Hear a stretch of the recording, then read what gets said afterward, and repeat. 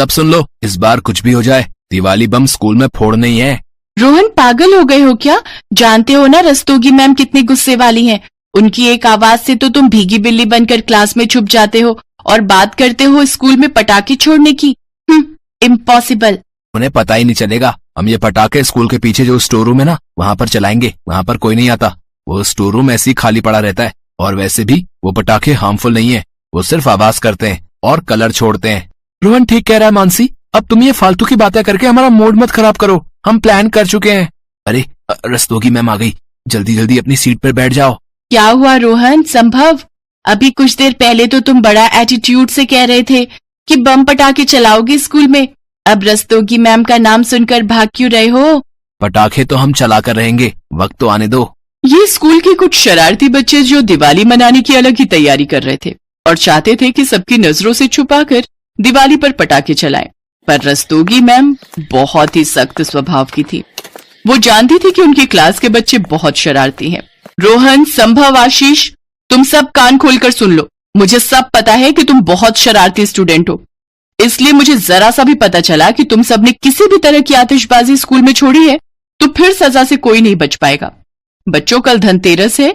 कल स्कूल में दिवाली पूजा और सेलिब्रेशन है, इसलिए सभी बच्चे अपने अपने घर से दिवाली डेकोरेशन का सामान, दिया, मोमबत्ती वगैरह लेकर आएंगे।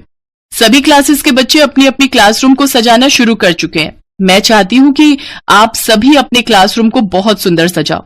मानसी, ये लो, ये हैंडमेड दिए सामने बोर्ड पर लगा दो। बच्चों, कल के बाद आप सबकी दिवाली की छुट्टियां हो जाएंगी। रोहन और बाकी शैतान बच्चे आपस में इशारा करते हैं।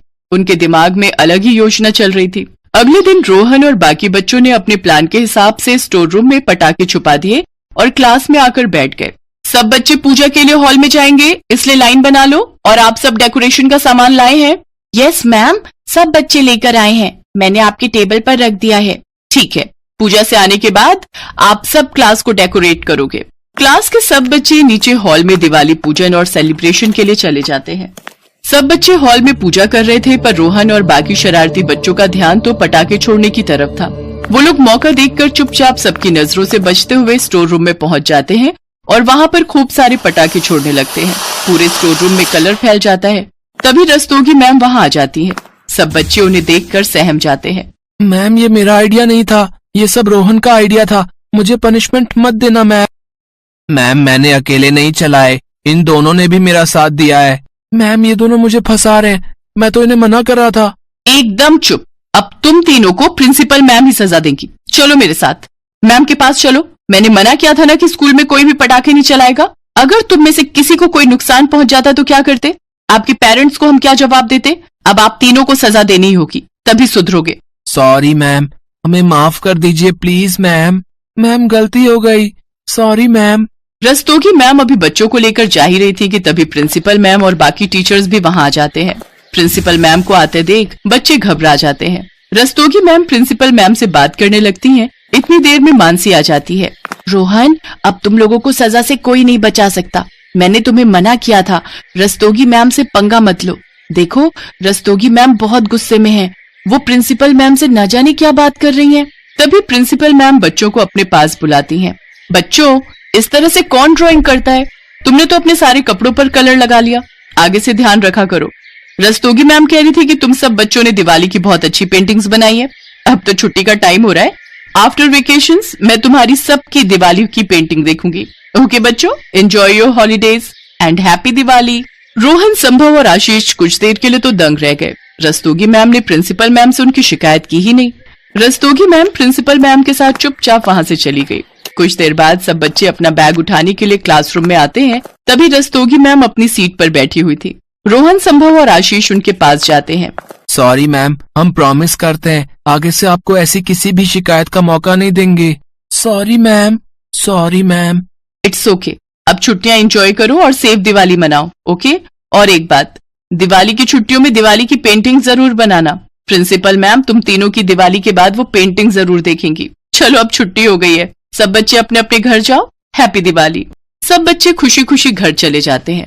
रस्तोगी मैम एक सख्त टीचर तो जरूर थी, पर कभी कभी बच्चों को उनकी गलती के लिए समझाना सजा देने से बेहतर होता है। और ये बात रस्तोगी मैम जैसी समझदार टीचर को बखूबी पता थी। रोहन, संभव और आशीष उस दिन के बाद कोई शरारत नहीं करते। वो अपने अपने घरों में सेफ दिवाली भी मनाते हैं और बहुत सुंदर पेंटिंग्स भी तैयार करते हैं। दिवाली की छुट्टियों के बाद जब वो अपनी पेंटिंग्स बनाकर लाते हैं तो रस्तोगी मैम समझ जाती हैं कि उनकी क्षमा और सीख व्यर्थ नहीं गई। पलक काले रंग वाली लड़की थी, जिस वजह से उसके स्कूल में हर कोई उसके काले रंग को लेकर उसे चिढ़ाता था, खासकर उसकी अपनी क्लास की टीचर और बच्चे। पलक, तुम लाइन में सबसे पीछे खड़ी हो जाओ, और टीना साची, तुम कुछ सुंदर लड़कियां आगे आ जाओ। प्रिंसिपल मैम का ऑर्डर है, हमारे स्कूल के बेस्ट बच्चों का फोटो स्कूल मैगजीन में छपेगा, इसलिए मैं चाहती हूँ मेरी क्लास के बच्चों का फोटो ही मैगजीन में छपे। पर मैम, ये पलक तो बहुत काली है, पूरी फोटो इसी से खराब हो रही है।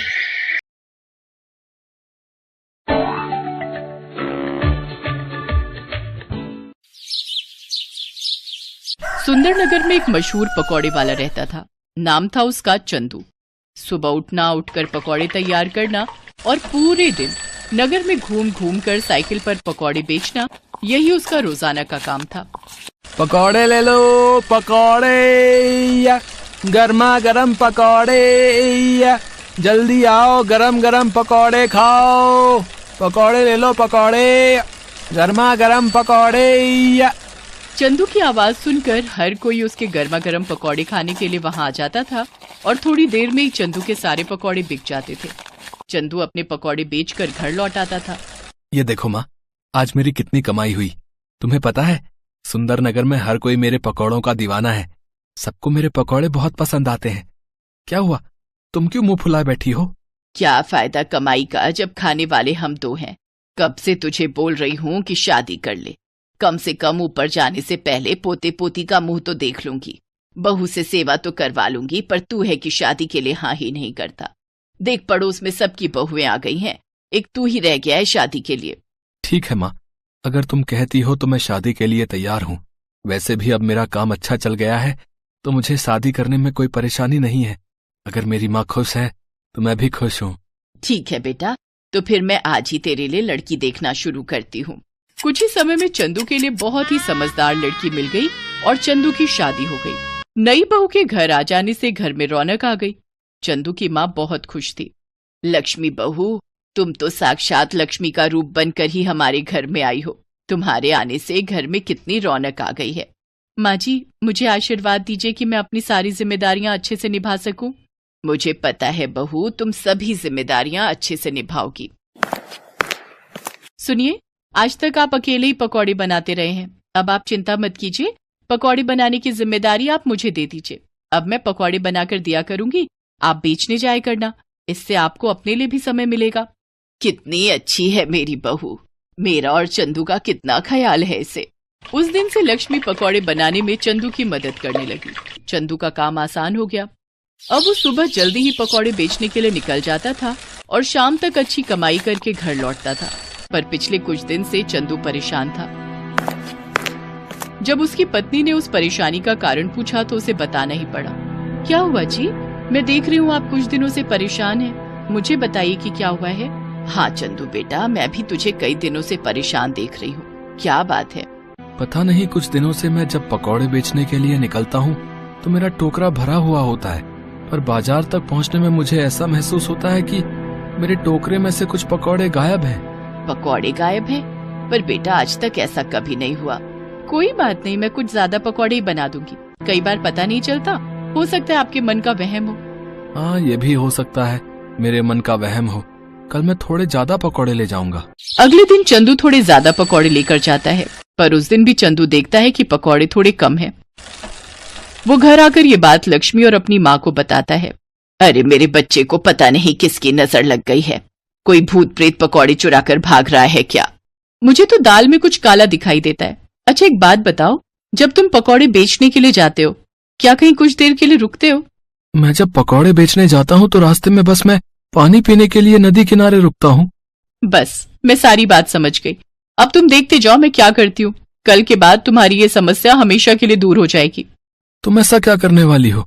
बस देखते जाओ, जैसे जैसे मैं कहूँ तुम वैसे ही करना। लक्ष्मी बहुत ही समझदार थी। अगले दिन जब चंदू पकौड़े बेचने के लिए निकला तो वो नदी के पास पानी पीने के लिए रुका और फिर से अपने पकौड़े बेचने के लिए चला गया। चंदू पकौड़े बेचकर घर आ गया। अब तुम नगर के राजा के पास जाओ और अपनी ये समस्या उन्हें बताना। चंदू नगर के राजा के पास गया और पकौड़े चोरी होने की बात कही और आज उसने जो किया वो बात भी उसने राजा के कानों में डाल दी। तुम्हें न्याय जरूर मिलेगा, चोरों को जल्दी ही पकड़ा जाएगा, नगर में ढिंडोरा पिटवा दिया जाए। चंदू खुशी खुशी घर आ जाता है। नगर में ढिंढोरा पिटवा दिया जाता है। अब बारी थी असली चोरों को पकड़ने की। क्या तुम्हें लगता है लक्ष्मी अब चोर पकड़े जाएंगे? बिल्कुल पकड़े जाएंगे। मैंने तरकीब ही ऐसी लड़ाई है। चोर तो ये भी नहीं जानते कि उस दिन तुम पकौड़े बेचने बाजार गए ही नहीं। मैंने सिर्फ उन चोरों को पकड़ने के लिए वो पकौड़े तैयार किए थे। उन चोरों के हाथ पर गोंद लगे हुए पकौड़े अच्छे से चिपक गए होंगे। मैंने ऐसा गोंद तैयार किया था जो छुड़ाए नहीं छूट सकता। चोर तो अपने हाथों में पकौड़े चिपके हुए देखकर परेशान हो रहे होंगे, पर राजा जी द्वारा जो खबर उन्हें मिलने वाली है उससे वो बहुत खुश हो जाएंगे। लक्ष्मी ने पकौड़ों पर चिपचिपा गोंद लगा दिया था जिससे पकौड़े उन चोरों के हाथ पर चिपक जाएं जो चंदू के पकौड़े चुराते थे। राजा द्वारा नगर में ढिंढोरा पिटवा दिया जाता है। सुनो सुनो, ध्यान से सुनो। राजा वीरभान ने कल रात को एक सपना देखा था जिसमें उन्होंने कुछ ऐसे लोग देखे थे जिनके हाथ में पकौड़े चिपके हुए थे। राजा वीरभान ने सपने की बात राजगुरु से कही है। राजगुरु का कहना है यदि सच में ऐसे लोग मिल जाएं तो राजा वीरभान के लिए बहुत ही शुभ है।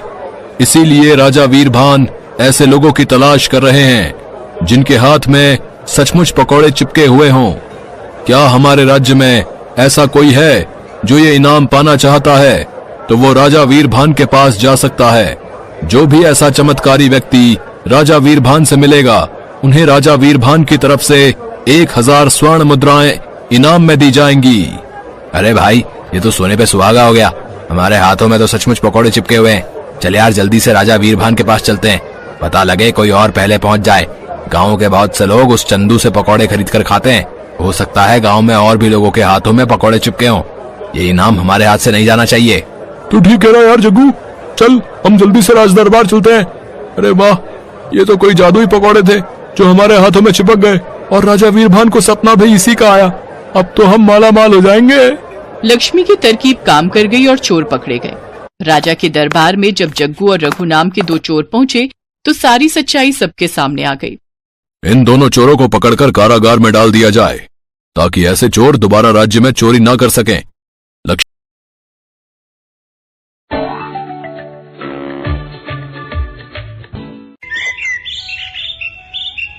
चंदनपुर गांव में पल्लवी नाम की एक गरीब लड़की रहती थी। उसके पिता एक मजदूर थे और माँ घर संभालती थी। पल्लवी गांव के ही एक स्कूल में पढ़ती थी। पल्लवी की क्लास टीचर अनुराधा मैडम बहुत अच्छी थी। सभी बच्चे उससे बहुत प्यार करते थे, लेकिन उनका ट्रांसफर कहीं और होने के कारण आज स्कूल में उनका आखिरी दिन था। गुड मॉर्निंग मेरे प्यारे बच्चों, आज मेरा इस स्कूल में आखिरी दिन है। अब तुम्हारी नई टीचर नीलम मैडम तुम्हें पढ़ाएंगी। आप सब बच्चे बहुत अच्छे हो और खासकर पल्लवी तुम अपनी पढ़ाई मत छोड़ना। अच्छा, मैं चलती हूँ। आप सब बच्चे अपना ख्याल रखना और खूब मन लगाकर पढ़ना। अनुराधा मैडम, आप बहुत अच्छी टीचर हैं।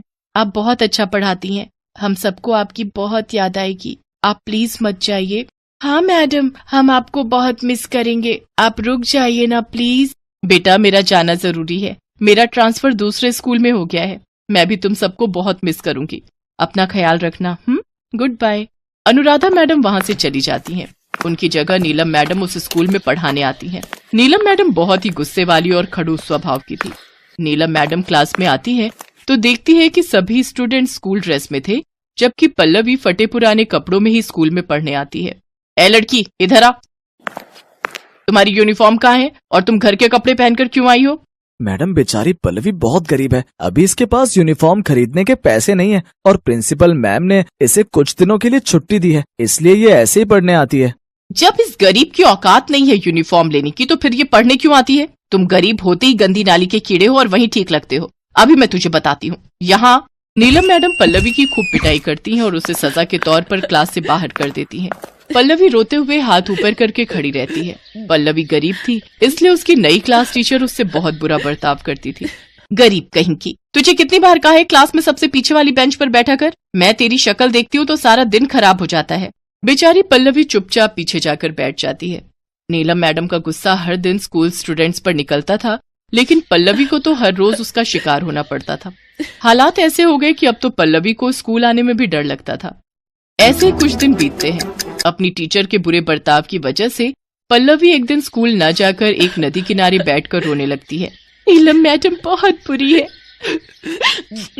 जब देखो हमें डांटती रहती है और मुझसे तो ऐसी नफरत करती है जैसे मैंने गरीब होकर कोई पाप कर दिया। काश कि मेरे पास कोई शक्ति होती तो मैं उन्हें अच्छा सबक सिखाती। तभी एक साधु वहां आता है और वो पल्लवी की बात सुन लेता है। बेटी, तुम उदास मत हो, मैं तुम्हें ऐसी जादुई शक्ति दूंगा जिससे तुम्हारे सारे कष्ट दूर हो जाएंगे। साधु उसे एक जादुई शक्ति देता है जिससे उसके हाथ जितना वो चाहे लंबे कर सकती है। बाबा ये तो चमत्कार हो गया। पल्लवी खुशी खुशी स्कूल जाती है और वहां जाकर ये बात सभी बच्चों को बताती है। कुछ देर बाद नीलम मैडम क्लास में आती है। वो जैसे ही ब्लैक बोर्ड पर कुछ लिख रही होती है, तभी पल्लवी अपने लंबे हाथ बढ़ाते हुए उसकी पीठ पर चोटी काट देती है। नीलम मैडम पीछे मुड़कर देखती है, फिर वो ब्लैक बोर्ड की तरफ देखकर पढ़ाने लगती है। कुछ देर बाद पल्लवी फिर से उनकी पीठ पर चोटी काट देती है। लगता है कपड़ों पर चींटी चढ़ गई है। उफ, अब मुझसे तो नहीं पढ़ाया जाता। ऐसा करती हूँ, आज कुर्सी पर बैठकर आराम करती हूँ। वैसे भी इन गरीबों ने कौन सा पढ़ लिख कर कलेक्टर लग जाना है। पल्लवी की इस हरकत को देख सभी बच्चे मंद मंद मुस्कुरा रहे थे। फिर मैडम कुर्सी की तरफ देखकर कहती है, ओफो, ये मेरी चेयर कितनी गंदी है। ए गरीब लड़की, चल इधर आ और इसे जल्दी से साफ कर। जी मैडम, लेकिन उसके लिए मुझे वहाँ आने की जरूरत नहीं। तभी पल्लवी अपने हाथ बढ़ाती है और चेयर तक ले जाती है और क्लास में सबसे लास्ट बेंच पर बैठे बैठे ही चेयर साफ कर देती है। उसके लंबे हाथों को देखकर नीलम मैडम डर जाती है। ये क्या है? घबराइए नहीं मैडम, ये मेरे लंबे हाथ हैं। दरअसल हमारे परिवार को वरदान मिला हुआ है कि जब भी कोई 8 साल का हो जाता है तो उसके हाथ अपने आप लंबे हो जाते हैं। ये कैसा वरदान है? नीलम मैडम डर के मारे स्टाफ रूम चली जाती है। अगले दिन जब वो क्लास में बच्चों को पढ़ा रही होती हैं। हाँ तो बच्चों, अब कौन ये मैथ का सम सॉल्व करके दिखाएगा? अरुण, तुम बताओ। पर मैडम, मुझे ये नहीं आता। नहीं आता तो सारा दिन स्कूल में करते क्या हो? मैं तुम्हें अभी बताती हूँ। वो डंडे से उसकी पिटाई करने ही वाली होती है कि तभी पल्लवी अपने लंबे हाथों को बढ़ाकर एक हाथ से डंडा और दूसरे हाथ से नीलम मैडम की गर्दन पकड़ लेती है। बचाओ बचाओ, रोको रोको, अपने लंबे हाथों को रोको। आज ये हाथ नहीं रुकेंगे मैडम। बोलो मैडम, आज के बाद किसी बच्चे को टॉर्चर करोगी, उसे मारोगी? आज के बाद अगर किसी को भी आपने परेशान किया तो आपके लिए अच्छा नहीं होगा। नहीं, मुझे माफ कर दो। मैं आपसे किसी को कुछ नहीं कहूंगी। मुझे माफ कर दो बच्चों। उस दिन के बाद नीलम मैडम सब बच्चों के साथ बहुत अच्छे से पेश आने लगी और खासकर पल्लवी से। उसे अब वो कभी कुछ नहीं कहती।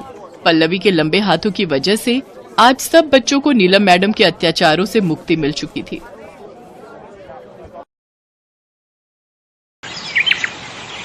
केशवी का पिता रामदीन बहुत खुश था। खुशी का कारण ही इतना बड़ा था। केशवी बिटिया कहाँ है? अरे कलावती, कहाँ हो तुम दोनों? आ रही हूँ जी। क्या हुआ? आज तो आप बहुत खुश हो जी। बापू, आपने बुलाया? हाँ बिटिया, खुशी की तो बात है कलावती। हमने जो फॉर्म भरा था ना, उसमें हमारी केशवी का नाम आ गया है। अब हमारी केशवी बड़े स्कूल में पढ़ेगी। अरे केशवी बिटिया, उदास क्यों हो गई? क्या तू खुश नहीं है कि तू बड़े स्कूल में पढ़ने जाएगी? माँ बापू, सब मेरे काले रंग का मजाक उड़ाते हैं। सब कहते हैं कि मेरा काला रंग है और इतने लंबे लंबे काले नागिन जैसे बाल हैं।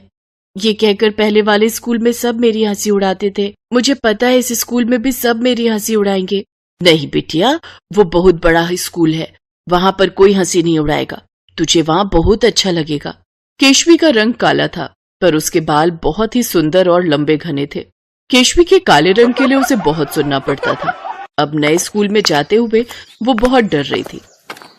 रामदीन और कलावती के समझाने पर केशवी स्कूल चली जाती है। सब बच्चे और टीचर केशवी को घूर घूर कर देख रहे थे। केशवी अपनी क्लास में जाती है। उसे देखकर सब बच्चे जोर जोर से हंसने लगते हैं। अरे भागो, देखो ये लड़की देखने में कितनी बदसूरत है। हाँ, इसका रंग कितना काला है और इसके लंबे बाल। ओह, ये तो कितनी डरावनी, बिल्कुल भूतनी लग रही है, भूतनी। क्लास के सब बच्चे केशवी को भूतनी भूतनी कहकर क्लास से बाहर भागने लगते हैं। केशवी का रोना निकल आता है। तभी उनकी क्लास टीचर आ जाती है और वो बच्चों को डांट कर बिठाती है। ये क्या शोर मचा रखा है? चलो अपनी अपनी सीट पर बैठो। और तुम लड़की, क्या नाम है तुम्हारा? जी वो मेरा नाम। क्या बात है, काली होने के साथ साथ गूंगी भी हो क्या? पता नहीं आज का दिन कैसा जाएगा। इतनी भद्दी शक्ल की लड़की हो तुम। जाओ सीट पर बैठो। तभी क्लास में दूसरी टीचर आ जाती है और वो केशवी को बैठा हुआ देखती है। सुनैना मैडम, ये न्यू एडमिशन आई है क्या क्लास में?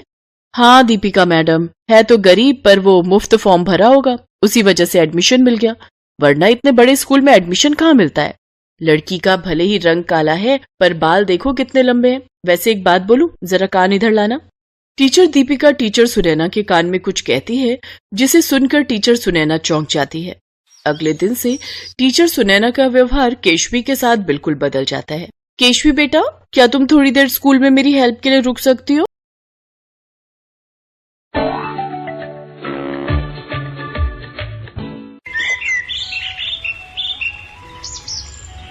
यशोदा देवी के दो बेटे थे, किशन और मदन। किशन गांव में ही रहता था, जबकि मदन अपनी पत्नी और बच्चों के साथ शहर में रहता था। छठ पूजा का त्योहार आने वाला था। किशन ने अपने भाई मदन को फोन मिलाया। अरे कैसा है मदन? सीमा और बच्चे कैसे हैं? ठीक हूँ भैया, बस आजकल तो कारखाने की छुट्टियां चल रही हैं। अब तो छठ पूजा के बाद ही कारखाना खुलेगा। दिवाली के त्योहार के कारण काम का जितना था नहीं। और आप बताओ, माँ कैसी है, भाभी बच्चे? सब बढ़िया। मैंने इसलिए तुझे फोन किया है, माँ को मत बताना कि मैंने फोन किया है। माँ का बहुत मन था कि इस बार सीमा गांव में ही छठ पूजा का व्रत करे। बहुत समय भी हो गया सबसे मिले। एक काम कर, तू इस बार छठ पूजा पर गांव ही आ जा, माँ को बहुत अच्छा लगेगा। ठीक है भैया, अब तुमने कहा है तो मेरा भी मन गांव आने को कर रहा है। मैं सीमा से बात करता हूँ और माँ को सरप्राइज दे दूंगा, ये ठीक रहेगा। हाँ, तू चिंता मत कर, मैं माँ को कुछ नहीं कहूंगा। तू अपने आप आना, तो माँ तुम्हें अचानक देखेंगी तो खुश हो जाएंगी। और फिर मदन ने पत्नी और बच्चों के साथ छठ पर्व पर गांव जाने का प्रोग्राम बना लिया। जब वो लोग अचानक से पहुंचे तो यशोदा देवी की खुशी का ठिकाना नहीं था।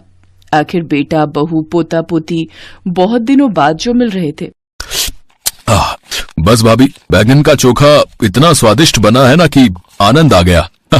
कुछ भी कहो भाभी, गांव की सब्जी और फलों में अलग ही बात है।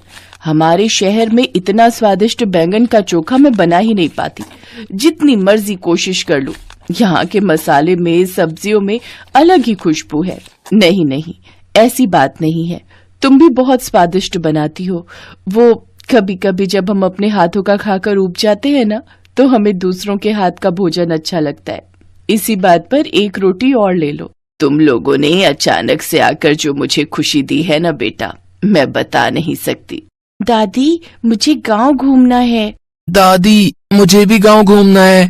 अरे बच्चों, चिंता मत करो, छठ पूजा पर हम पूरा गांव घूमेंगे। नदी घाट पर जाएंगे, वहाँ मेला लगता है, खूब घूमेंगे। चलो मुन्नी बिट्टू, मैं तुम्हें अपने खिलौने दिखाती हूँ। आओ बिट्टू, मैं तुम्हें अपना बैट बॉल दिखाता हूँ। चलो, बच्चे तो खेलने में मस्त हो गए। अच्छा माँ, बता दो छठ पूजा के लिए क्या क्या सामान लाना है? मैं और मदन बाजार जा रहे हैं तो लेते आएंगे। राधा बहू, तुम बता दो एक बार क्या क्या लाना है, और सीमा बहू भी सब कुछ देख लेगी कि गांव में छठ पूजा कैसे होती है। हर साल तो शहर में ही होती है ये, इसलिए छठ पूजा इस बार गांव की भी देखो बहू। जी माँ। छठ पूजा के लिए सारा सामान आ जाता है। सीमा हैरान रह जाती है कि शहर में तो ज्यादातर सामान बना बनाए ही मंगवाया जाता था, पर यहाँ पर तो पूरे पारंपरिक तरीके से छठ पूजा के लिए एक एक चीज घर पर बनाई जा रही थी। देखो सीमा, चना दाल, कद्दू की सब्जी, ठेकुआ चावल का भात, खीर, सब कुछ घर पर बनेगा। माँ, ये बांस के सूप, टोकरी, फल भी ले आए हैं। क्या हुआ सीमा, क्या देख रही हो? यही सोच रही हूँ कि यहाँ तो मुझे कितना कुछ देखने और सीखने को मिल रहा है, पर शहर में तो मैं बिल्कुल अकेली होती थी, मन ही नहीं लगता था। 3 दिन अकेले बहुत बोर हो जाती थी। कुछ भी कहो, त्योहार अपनों के साथ मिलकर जो खुशी देते हैं ना, वो खुशी अकेले नहीं मिलती। अपनी सास और जेठानी से सीमा को इतना प्यार मिलता है कि वो खुशी से भावुक हो जाती है। 3 दिन तक सीमा सबके साथ छठ पूजा के व्रत को नियम से करती रही। सुबह शाम भगवान सूर्य को अर्घ्य देने के लिए वो लोग नदी घाट पर जाते थे। व्रत के आखिरी दिन जब सब लोग सुबह के समय घाट पर पहुंचे तो सूर्य उगने की प्रतीक्षा करने लगे। पहले जब हम व्रत रखा करते थे ना बहू, तो मेरी जेठानी, देवरानी, पड़ोसन सब हम मिलकर छठ पूजा के लिए 3 बजे घाट पर आकर बैठ जाते थे। लंबी लाइन लगती थी उस समय। माँ जी, आपको फिर भूख प्यास लगती थी जब आप छठ पूजा का व्रत करते थे? नहीं बहू, पता ही नहीं चलता था। 3 दिन तैयार होना, श्रृंगार करना, भजन कीर्तन करना, दिन ऐसे ही बीत जाते थे कि भूख प्यास की सुध ही नहीं रहती थी। अच्छा, बहू बेटे शहर से आए हैं इस बार छठ मनाने के लिए? हाँ शांति बहन, बहू बेटे कहाँ हैं तुम्हारे? अरे घाट के दूसरी तरफ पूजा कर रहे हैं। मेरे से इतना चला नहीं जाता तो थक कर यहीं बैठ गई। कब आए ये लोग? नमस्ते चाची जी, हम लोग परसों आए थे। बच्चों ने कहा कि माँ चलो, तुम भी घाट पर, तो साथ आ गई। बस सूर्य देवता का इंतजार हो रहा है, वो दर्शन दे तो बहुएं पूजा कर लेंगी। हाँ, बहू भी वही इंतजार कर रही है। भीड़ भी बहुत है। चलो अच्छा है, हर बार शहर की छठ पूजा देखते हो, इस बार गांव की देख रही हो। सब लोग बातें करते रहे। सीमा को, बच्चों को गांव का माहौल बहुत अच्छा लग रहा था, पर अचानक मौसम बदल गया। तेज हवाएं चलने लगी। सब लोग वहीं खड़े रहे, कोई भी अपनी जगह से नहीं हटा। देखा सीमा, अगर शहर में ऐसा आंधी तूफान होता तो अब तक सब लोग पीछे हट गए होते। गांव में यही तो है, अगर पूजा करनी है तो पूरे विश्वास के साथ करनी। कोई भी नहीं घबराता इस आंधी तूफान से, क्योंकि यहाँ के लोगों को ऐसे मौसम को झेलने की आदत होती है। आप बिल्कुल सही कह रहे हो। सचमुच विश्वास पर ही तो दुनिया कायम है। थोड़ी देर बाद मौसम ठीक हो जाता है, सूर्य भगवान के दर्शन हो जाते हैं। सीमा अपनी जेठानी राधा के साथ पूजा के लिए सामान निकाल रही थी। अचानक उसने देखा कि सब बच्चे तो हैं, पर बिट्टू कहीं दिखाई नहीं दे रहा था। सब लोग घबरा जाते हैं। सीमा का रो रो कर बुरा हाल था। सुनो जी, बिट्टू कहाँ चला गया? घबराओ नहीं बहू, ये गांव है। यहाँ अगर कोई बच्चा खो जाता है तो कहीं नहीं जाता, किसी न किसी को मिलेगा तो वो ले आएगा। धैर्य रखो, छठी मैया से और सूर्य भगवान से प्रार्थना करो कि हमारा बिट्टू हमें मिल जाए। मदन, तू उस तरफ जा, मैं इस तरफ जाता हूँ। जरूर वो झूले के पास गया होगा। सब लोग बिट्टू को ढूंढने लगते हैं। सीमा और राधा भगवान सूर्य और छठ मैया से प्रार्थना करती हैं। तभी 2 आदमी बिट्टू को लेकर आ जाते हैं। किशन और मदन भी तब तक आ चुके थे। सब लोग बिट्टू को देखकर खुश हो जाते हैं। सीमा एकदम से बिट्टू को गोदी में ले लेती है। घबराइए नहीं बहन जी, बच्चे ने हमें बताया कि ये यशोदा जी का पोता है, तो हम लोग पहचान गए। हमें पता था आप लोग घाट पर ही होंगे। अरे किशोर, रघु, तुम दोनों? किशोर, रघु, बिट्टू तुम्हें कहाँ मिला? रघु ने और मैंने मिलकर इस बार मेले में झूला लगाया। बिट्टू हमें झूला झूलने के लिए कह रहा था, पर आसपास इसके माता पिता को देखा नहीं, तो हमें चिंता हुई। एक लड़के को खड़ा करके झूला के पास हम दोनों इसे यहाँ ले आए। जब इसने अपनी दादी का नाम यशोदा देवी बोला और अपने ताऊजी का नाम किशन बोला, तो हम पहचान गए कि ये आपके घर का ही लड़का है। आपका बहुत बहुत शुक्रिया भाई साहब। किशोर, रघु, तुम दोनों ने सचमुच आज हमारे घर के लिए जो किया है वो तारीफ के काबिल है। माताजी, ये तो हमारा फर्ज था है? और छठ मैया और भगवान सूर्य के होते हुए बिट्टू को कैसे कुछ हो सकता था? यहाँ पर सब छठ पूजा के लिए आए हैं, इसलिए सबकी सुरक्षा रखना हमारा फर्ज है। अच्छा माताजी, अब हम चलते हैं। गांव वालों का इतना अच्छा स्वभाव देखकर सीमा हैरान रह जाती है। बिट्टू सही सलामत मिल गया। वो छठ मैया और भगवान सूर्य को धन्यवाद कहती है। भगवान सूर्य और छठ मैया के आशीर्वाद से छठ पूजा बहुत धूमधाम से संपन्न होती है। उसके बाद खुशी खुशी कुछ दिन अपने परिवार के साथ गांव में रहकर सीमा और मदन शहर लौट आते हैं। छठ पूजा के दिन नजदीक आ रहे थे। सुरेश बड़ी मेहनत से दिन रात एक करके बांस के सूप और दौरा तैयार कर रहा था, पर आज वो जब उन्हें बाजार में बेचने गया तो एक भी दौरा और सूप नहीं बिका। वो थका हारा घर वापस लौट आया। अभी छठ पूजा को 3 दिन बाकी है। छठ मैया का नाम लेकर कल दोबारा फिर सूप और दौरा बेचने जाना। मुझे विश्वास है छठी मैया हमारी सहायता जरूर करेंगी। माँ, छठ पूजा में तुम खीर पूरी बनाओगी ना? हाँ हाँ, मुझे भी खीर पूरी खानी है, और मुझे 2 कटोरी भर कर देना और भानु भैया को 1। बड़ी आई 1 कटोरी देने वाली। माँ, अगर ये 2 लेगी तो मैं भी 2 कटोरी ही खाऊंगा। अरे तुम दोनों लड़ो नहीं, मैं तुम दोनों को बराबर ही दूंगी, मेरे प्यारे बच्चों। हे छठ मैया, हमारी मदद करो, इनका सामान बिक जाए। आपके नाम में बहुत शक्ति है माँ, आपने हमेशा दुखियों की सहायता की है छठ मैया। सरला छठ मैया को याद करती है और उनसे प्रार्थना करती है। उधर सुरेश बांस से बनाए सूप और दौरा बेचने निकल पड़ता है। दौरा ले लो, सूप ले लो। बहन जी क्या दूं? कुछ खरीद लो भैया जी, आज सुबह से बोनी नहीं हुई। सुनो जी, बड़ी दुकान से खरीदेंगे। पता नहीं ये बांस की टोकरी तो पुरानी लग रही है और सूप भी मैले हैं। भैया ये बांस कच्चा इस्तेमाल किया हुआ है। नहीं नहीं, हमें नहीं लेने। अरे खरीद लेती, उस बेचारे की भी थोड़ी कमाई हो जाती। ले लो भैया सूप, ले लो बांस की टोकरी ले लो। सब लोग बड़े बाजारों से खरीद रहे हैं, क्या करूं छठी मैया, मेरी मदद करो माँ, कोई भी नहीं खरीद रहा माँ। सुरेश निराश होकर घर वापस आ जाता है। कुछ खाने को नहीं है जी, थोड़े से चावल रखे थे, भानु और सोनम को उबाल कर दे दिए हैं। सरला छठ मैया का नाम लेकर ही आज भी ये टोकरी और सूप बेच रहा था, पर किसी ने भी नहीं खरीदे। तुम कहती हो छठ मैया बहुत दयालु है, वो हम गरीबों की जरूर सुनेंगी, पर अगर कल भी मेरी कमाई नहीं हुई तो मुझ गरीब की छठ पूजा का क्या होगा? कैसे छठी मैया को खीर पूरी और ठेकुआ का भोग लगेगा? शांत हो जाइए, कोई बात नहीं। छठी मैया को हम प्रेम और भक्ति से एक फूल भी अर्पण करें तो वो प्रसन्न होती है। अब सो जाओ, फिर सुबह तुम जल्दी उठ जाओगे। सुरेश का मन परेशान था। सरला भी सो रही थी और सुरेश सुबह तड़के ही उठकर घर से निकलने लगा। अभी तो 4 बजे हैं, आप बहुत जल्दी उठ गए। हाँ मैं सोच रहा हूँ बाजार खुलने से पहले ही पहुँच जाता हूँ। सुबह सुबह लोगों का आना शुरू होता है, शायद कोई खरीद ले। सूप ले लो, दौरा ले लो। ए छठी मैया, आज कोई ग्राहक आ जाए, मेरी विनती सुनो मैया। घर पर सरला भी सोच में होगी, मैं आज खाली हाथ घर नहीं जा पाऊंगा माँ।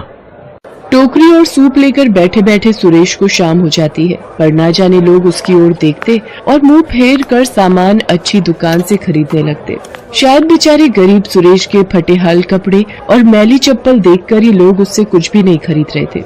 वो बेचारा भी क्या करता, भला उस गरीब पर कौन दयालु होता। सुरेश हिम्मत हार चुका था।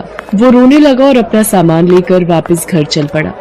मैं घर जाकर बच्चों को क्या जवाब दूंगा? सरला का छठ पूजा का व्रत है, वो शाम को क्या खाएगी? ए छठी मैया, हम भक्तों के विश्वास की लाज रखो माँ। कहाँ हो मैया, मेरी मदद करो मैया। रोते रोते परेशान हालत में सुरेश घर की ओर जा रहा था। अचानक चक्कर खाकर वो जमीन पर गिर पड़ा।